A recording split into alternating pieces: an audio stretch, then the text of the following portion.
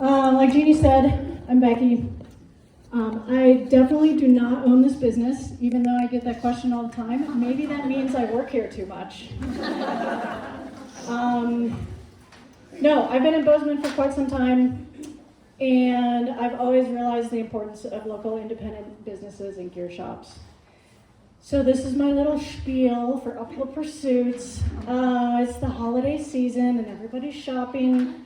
Don't forget to support your local business because it's really easy to shop online. I know Amazon is a thing. We like to give our money to Uncle Jeff. If you think of it, come to us. We can help you. I know, I'm getting the thumbs down for Uncle Jeff.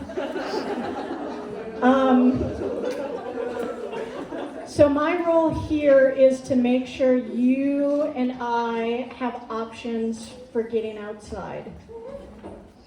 We know how difficult it is to find clothing that fits us, gear that does what we want it to, gear that's the right size, whether it's short or long or any of it. But one of my goals that is very at the top of my list of goals is to have options for this room. So, that's my spiel.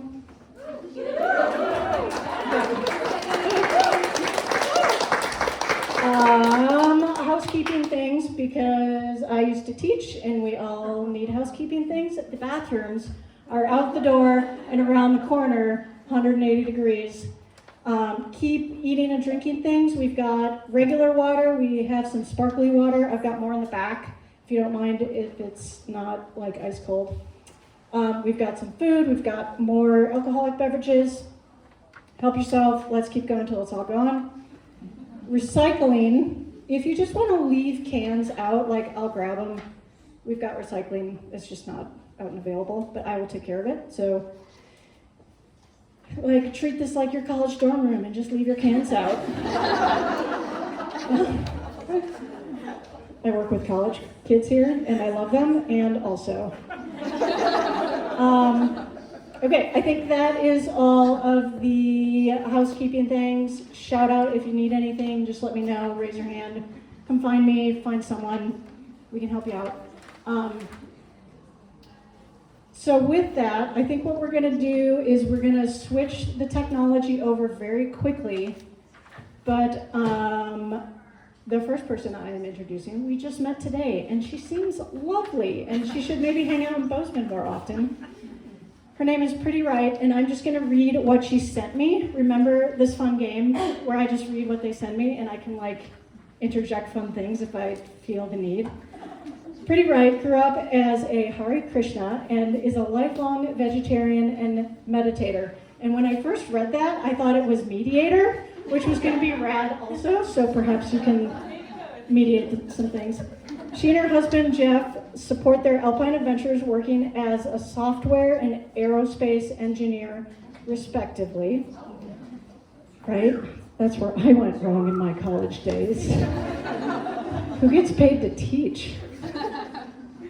They adventure together on stunning mountains, and their summits include an ascent of a 7,000 meter peak, K6 Central, a traverse of the Patagonia Torrey Range to Torrey Egger, smash and grab trip of Denali's Cassine, and Fitzroy, which is not in Alaska, but you get the point.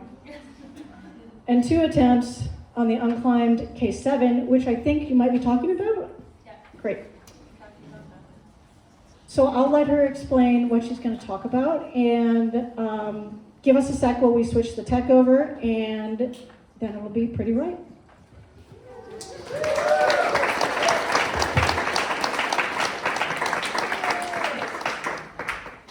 Can everyone hear me? I'm not that great at speaking up, so if you can't hear me, shout at me. Thank you so much to Broad Beta for having me here. I'm extremely honored to be here. Isn't it great to see so many women and genderqueer folk here? I'm inspired. I love seeing people who are like me. I mean, I'm inspired by Alex Honnold and Chris Sharma, sure, but I'm really inspired by people like Nassim in Iran, who's a professional climber, and she has to overcome so many cultural norms and ethics police, and those are obstacles that are physical obstacles, and she's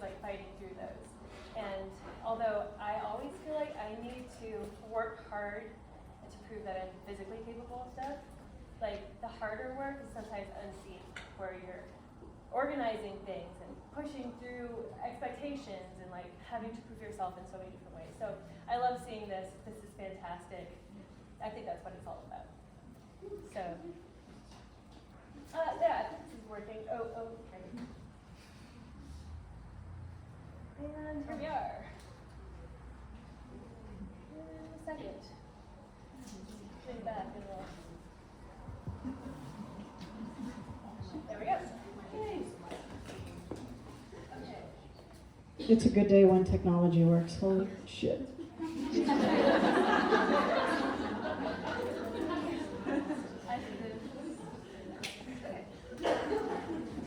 Now can you hear me?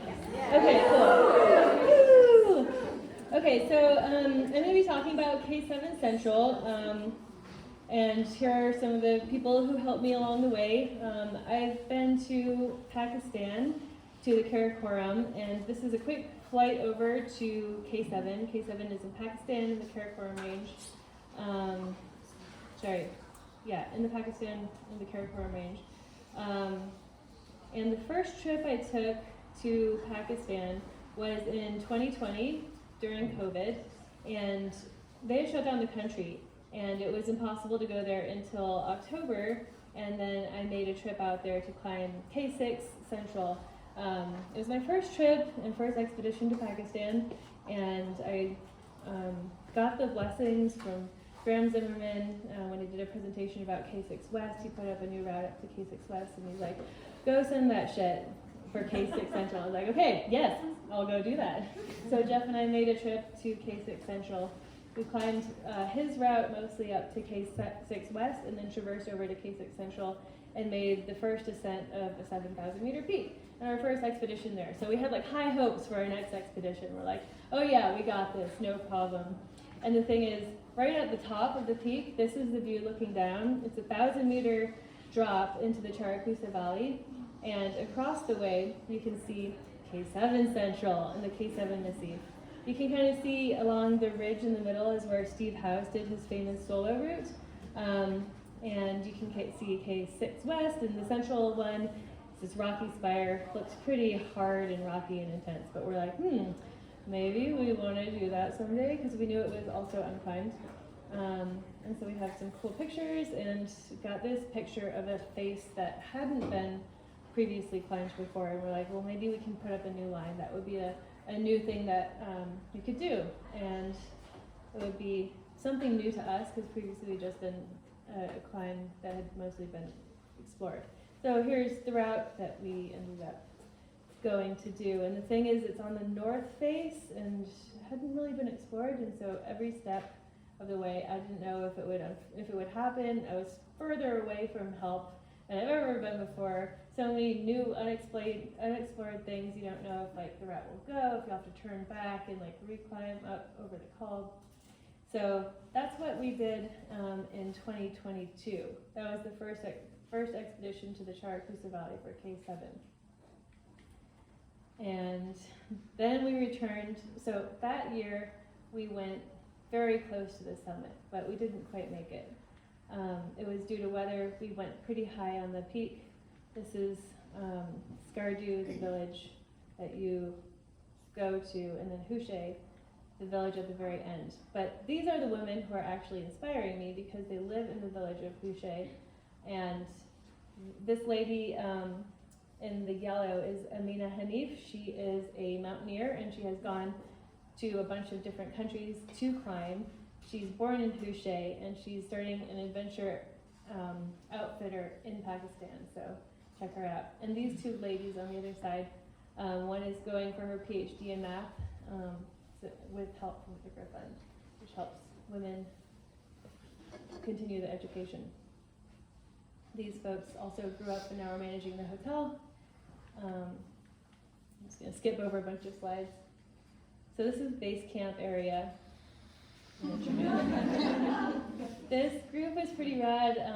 All women, gender queer folk who are out in the Charakusa Valley. It was nice to see more women out in the Charakusa Valley, because it's sometimes difficult to know if you're going to get the respect and people will listen to you and do what you ask them to, basically, in the churches. And this is a very inviting place, and everyone's really generally very respectful. And if there are any troubles, you can talk to someone who will go and take care of it. So it's generally becoming a more accepting area.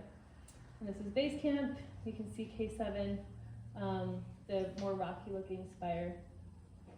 So we didn't make it on our first trip, but we did a lot of scoping. The route continued. We got up to the K7 Glacier.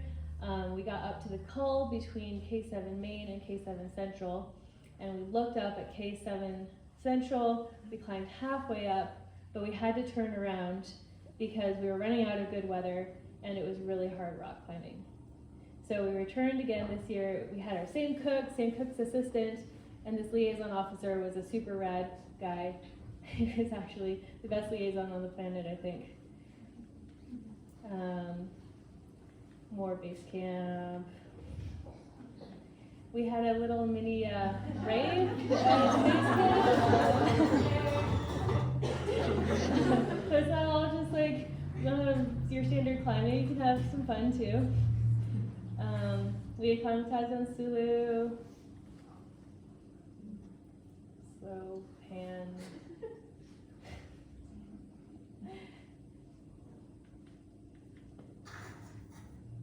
Skip that. So this was the Kaveri Pass that we had to go over, and we didn't really know it was on the other side the first time. The second time, since we had mostly done the route, we knew it was on the other side. But you do have to see this video because it's pretty cool. We camped there, and because this is an ice climbing festival, you can see the ice that we climbed on the left-hand side. It's like 800 meters of like AI3 with a couple steps of AI4, and it took us like all day to climb that at altitude with heavy packs. I was so ready for that to be over.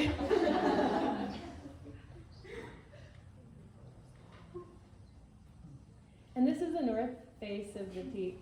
So we climbed up that couloir that you can see on the left, and then you pop over the ridge and then go along the hanging glaciers at the top until you finally get to the K7 glacier. This was the first attempt where we used a Russian ice hammock because there wasn't enough flat space. Like a bed sheet or something? It's what? Like a bed sheet or something? What's a Russian hammock? So it's basically a giant tarp that you like anchor with ice screws and fill it with snow to make a flat ledge to put your tent on. Then it's like definitely hanging over the rest of the snow, and they're like, don't stand too close to the edge because it could collapse on the edges. But hey, it was pretty cool. It's something I've always wanted to do.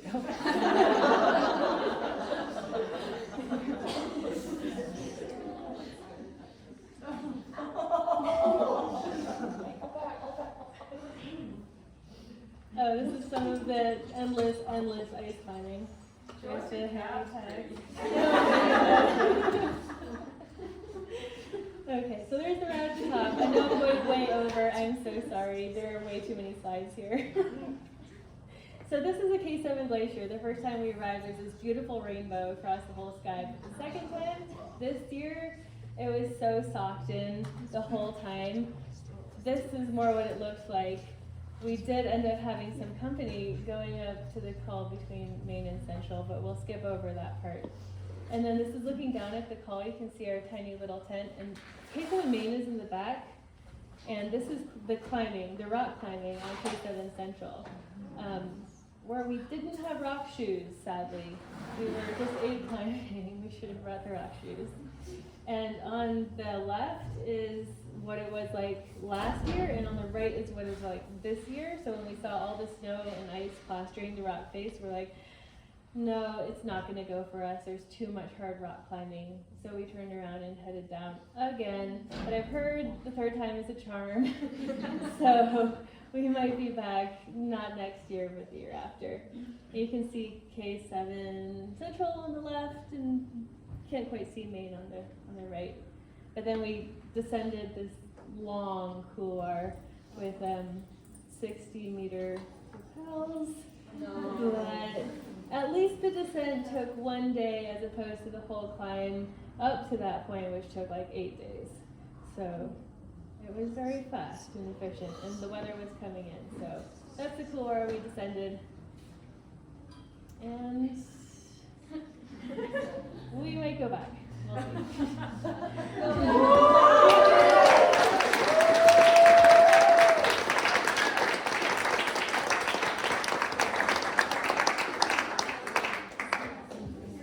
All right, remember, keep those questions in your brains, and we'll do them at the end. So when we want to talk about the Russian ice hammock, we can talk about that at the end.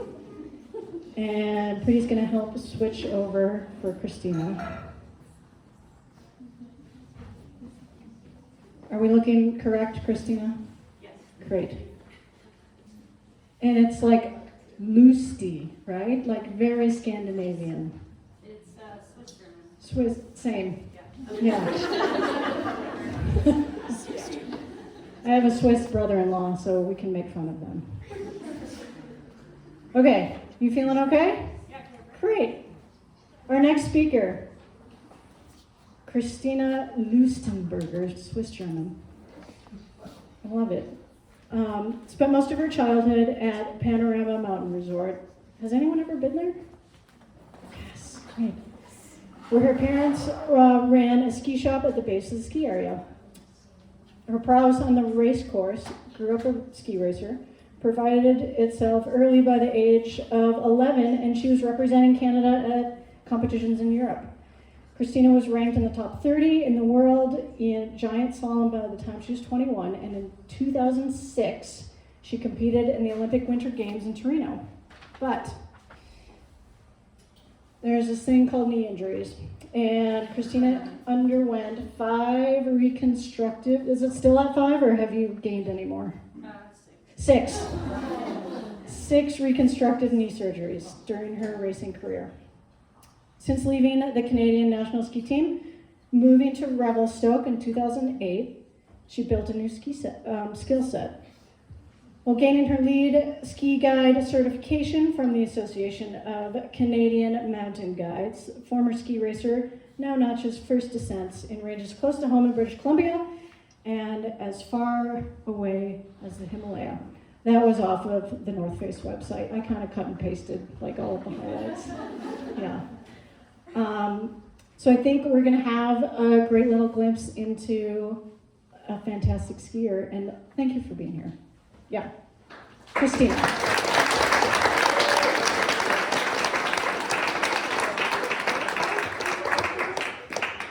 Thank you for that intro. I think I had blocked out a lot of that. So, yeah. Amazing to be in this room with so many females. I don't think I've ever been to an event quite like this, so this is really cool. And yeah, I'm going to talk about myself a little bit. And this is me at the Torino Games. Kind of a recap of my ski career, just a flop. Well, I don't think this was working, but.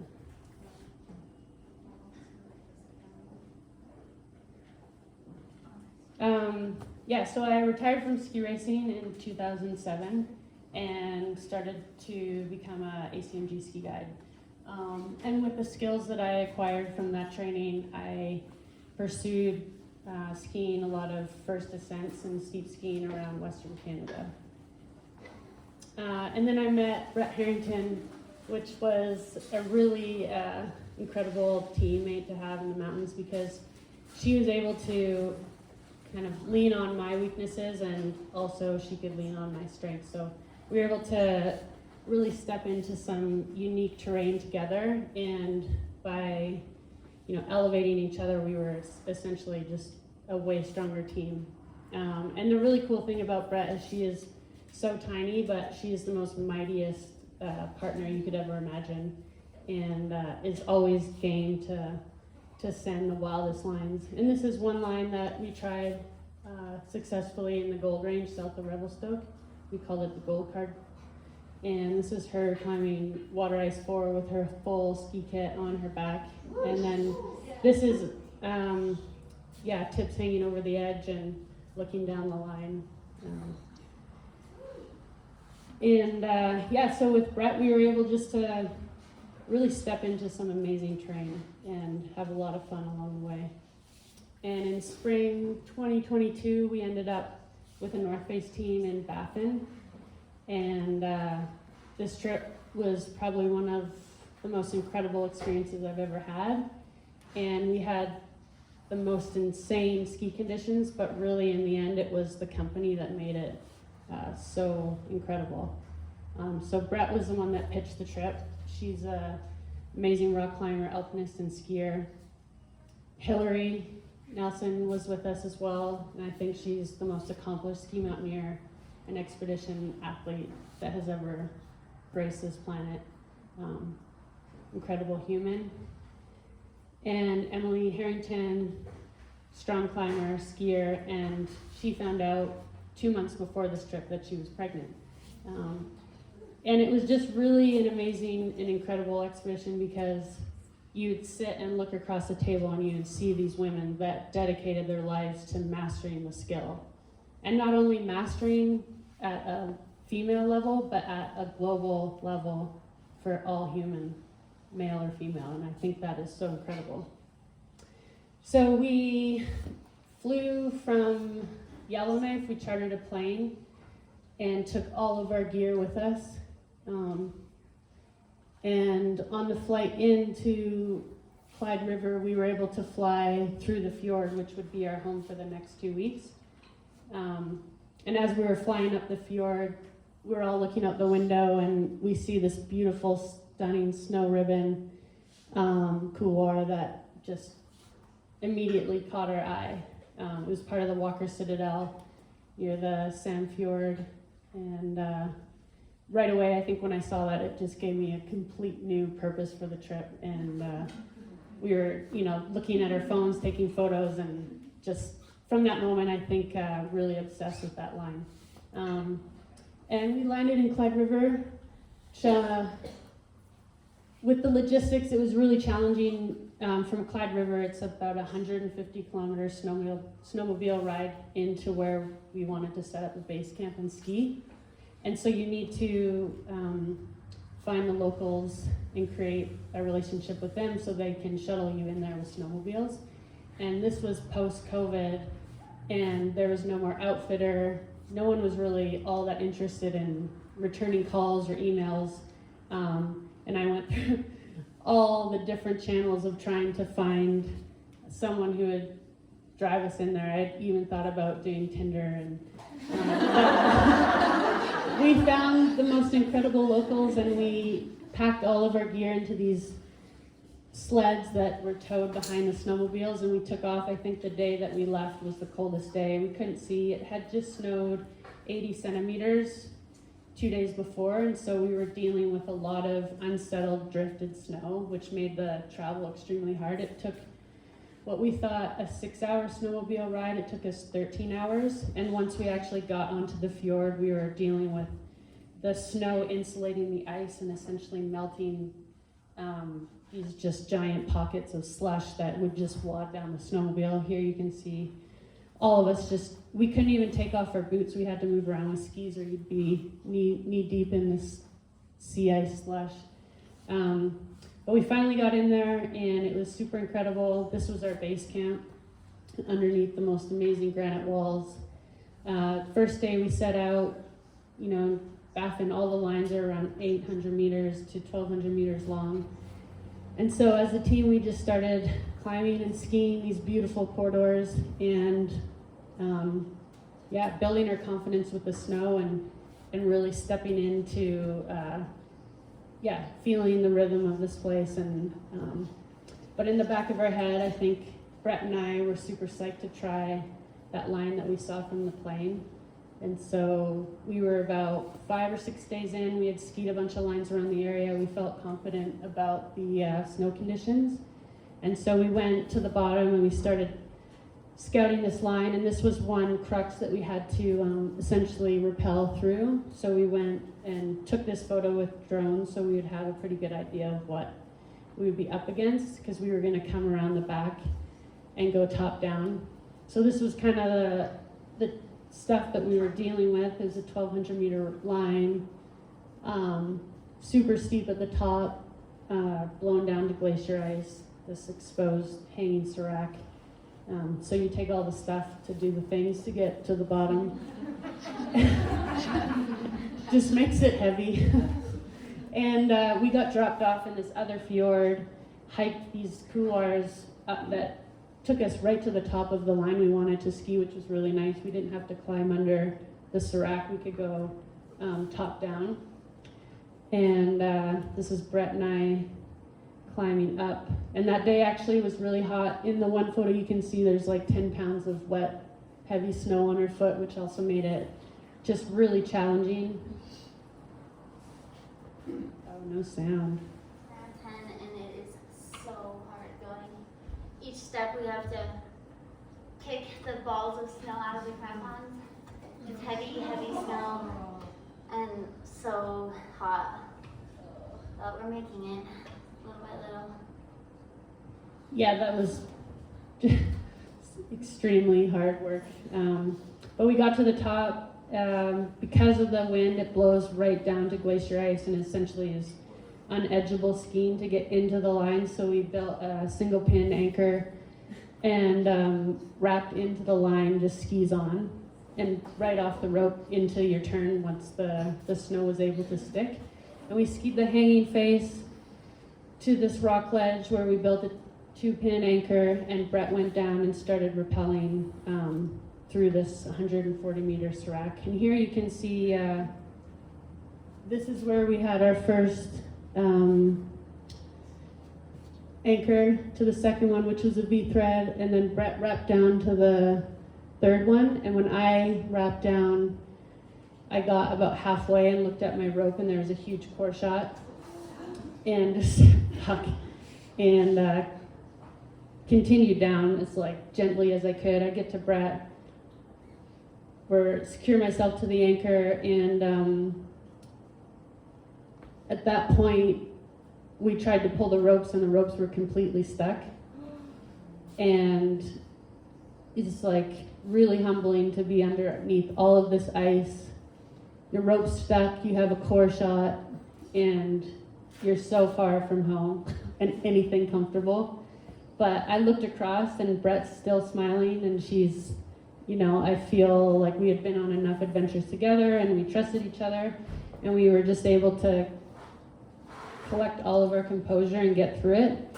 And so we climbed up as high as we could, cut our ropes, and did 4 more really mini rappels there to get off the mountain. Yeah, that's the scale of Baffin. It's insane there. You can see Brett is the tiny little speck below the ice, but I mean, that really puts it into perspective. Here's a little video.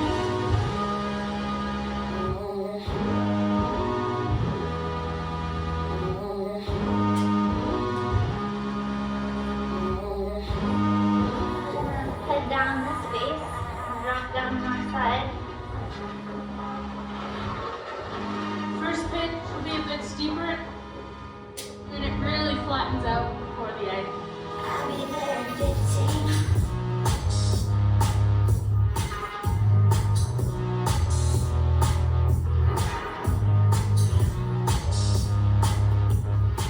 Just above the serac ice, gonna look for an anchor.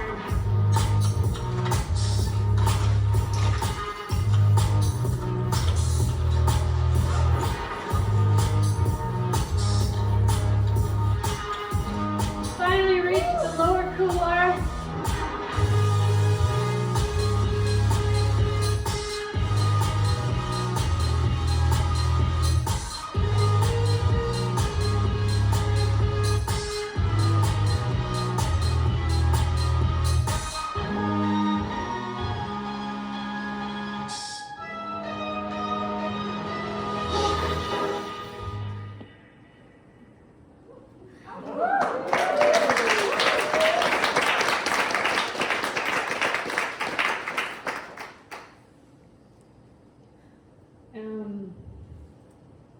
yeah, I don't really know what to say other than that trip was the most incredible trip of my life. Spending that time with Hillary and having her mentor us was,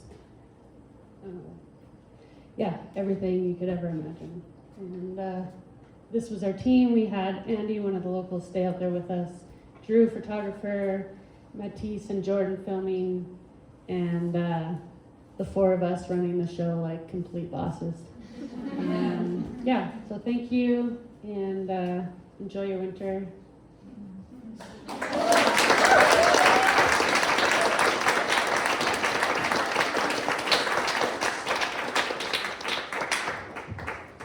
I'm going to take the liberty to ask my free question to Christina before she runs away. How psyched were you after you pulled your chopped rope for the final time, and you put your skis on, and you're like, let's ski? Is there a word to describe how you were feeling at that point? I mean, there was this intense relief. Also, just like, finally it was my turn. Like, I feel like building the ice anchors, it was Brett's power move. And then I was like, Brett, I'm skiing first. I'm sure you deserved it. Thanks. Let's give another round of applause.